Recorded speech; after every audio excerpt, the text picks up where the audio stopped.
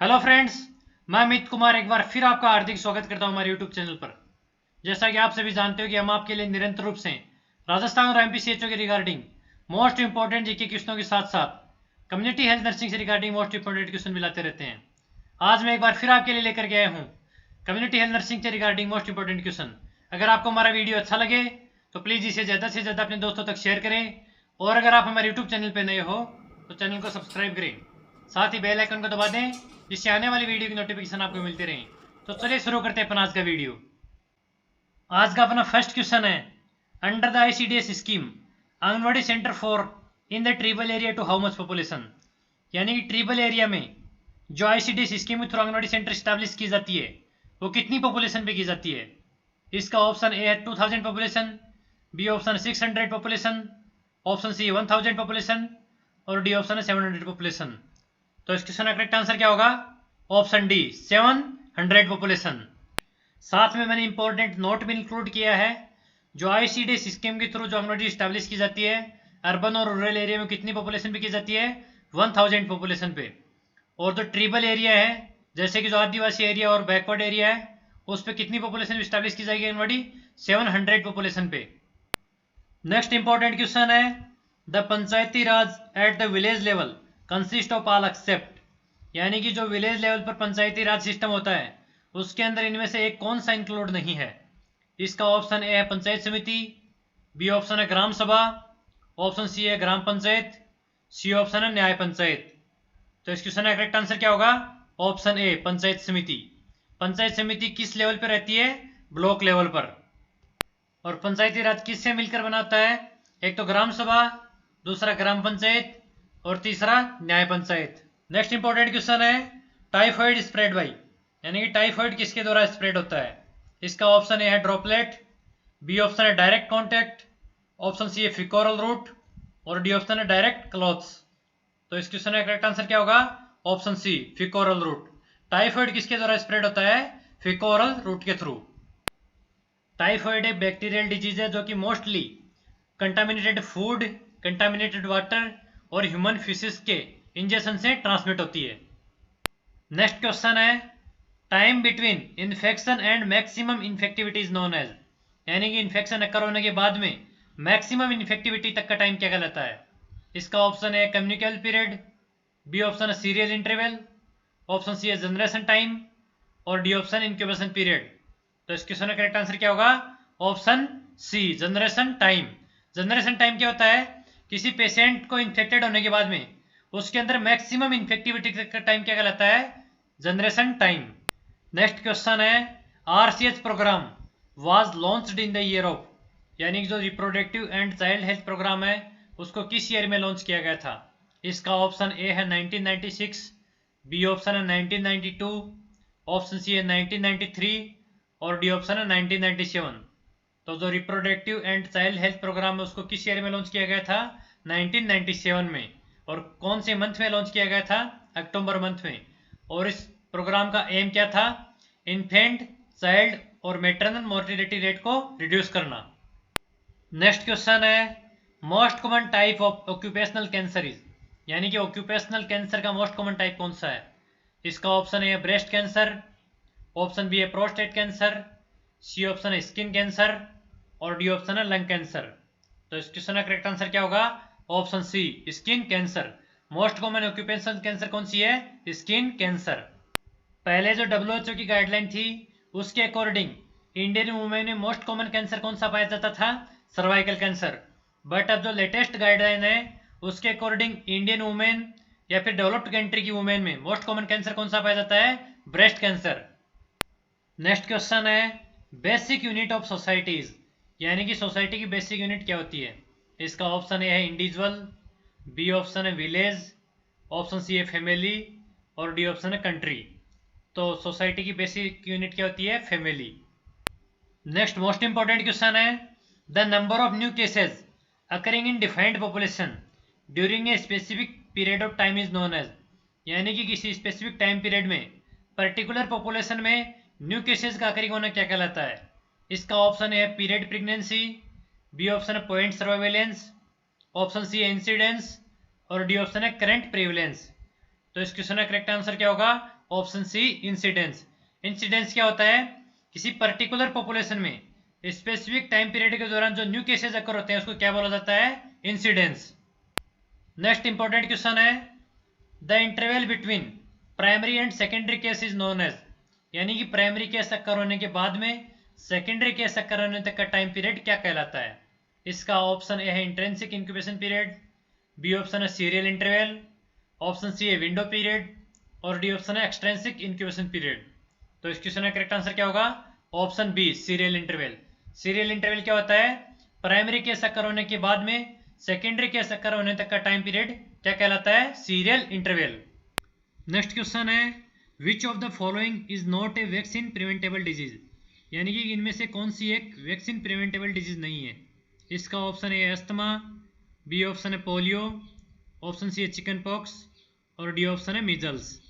तो इस क्वेश्चन का करेक्ट आंसर क्या होगा? Option A asthma. Polio, chickenpox और मीजल्स को वैक्सीन के थ्रू प्रिवेंट कर सकते हैं, बट अस्थमा को हम वैक्सीन के थ्रू प्रिवेंट नहीं कर सकते।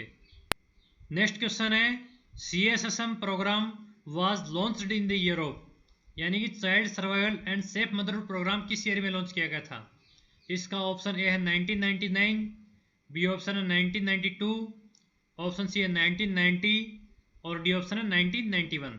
तो इस क्वेश्चन का करेक्ट आंसर क्या होगा? Option B 1992। 1992 में क्या लॉन्च किया गया था? Child survival and safe motherhood programme. और किस मंथ में लॉन्च किया गया था? अगस्त मंथ में। इस प्रोग्राम का ऑब्जेक्टिव क्या था? वुमेन और चिल्ड्रेन के हेल्थ स्टेटस को इम्प्रूव करने के साथ साथ मैटरनल और इन्फेंट मोर्टेलिटी रेट को कम करना। नेक्स्ट क्वेश्चन है, ASHA scheme came into force under, यानी कि जो एक्रीडेट सोशल हेल्थ एक्टिविस्ट है वो किसके थ्रू वर्क करती है?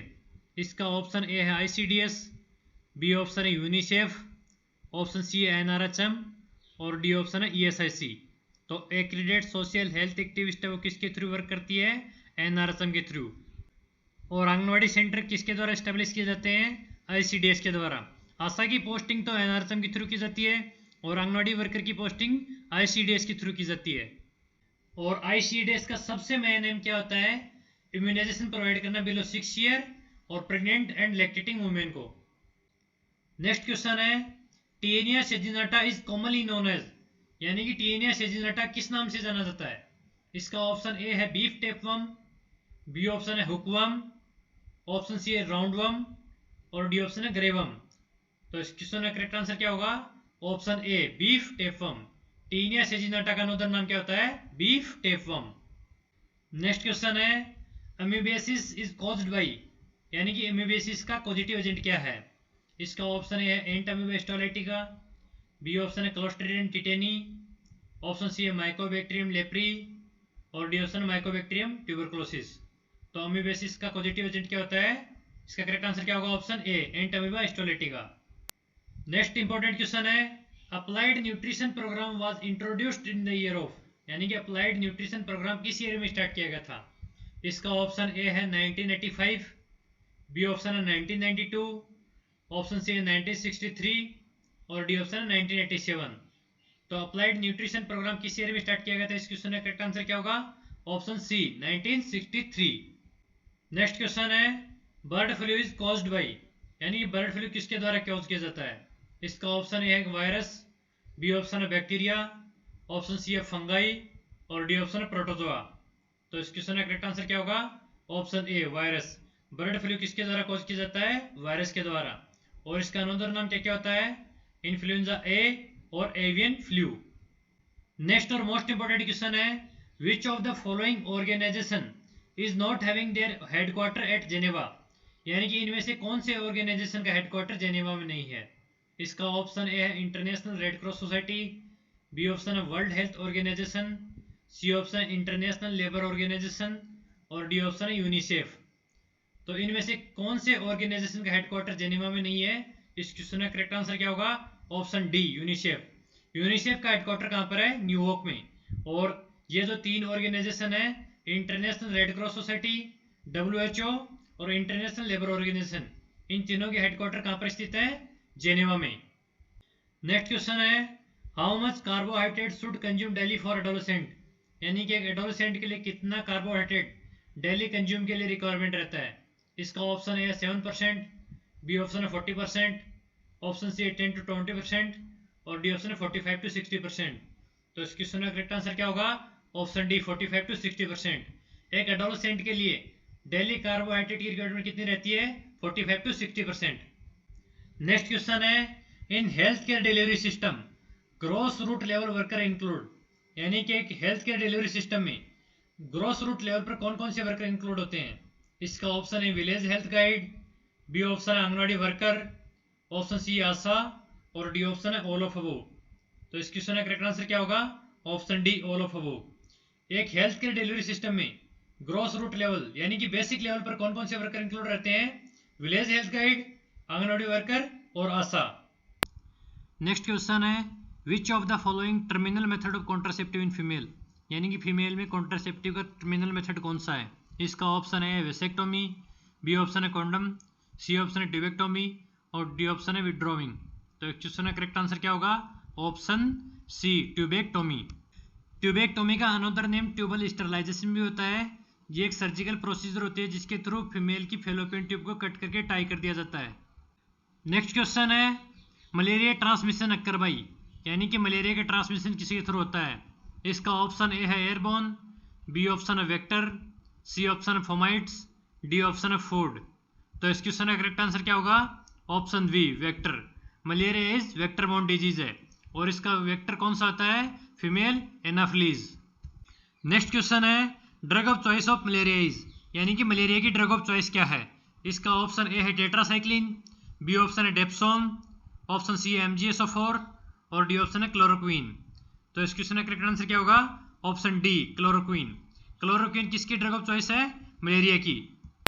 ये क्वेश्चन इसलिए इंपॉर्टेंट हो जाता है क्योंकि कोरोना की शुरुआती डेज में साइंटिस्ट ने आइडेंटिफाई किया था कि जो क्लोरोक्वीन है वो सिम्टोमेटिक ट्रीटमेंट प्रोवाइड करती है कोरोना के केसेस में।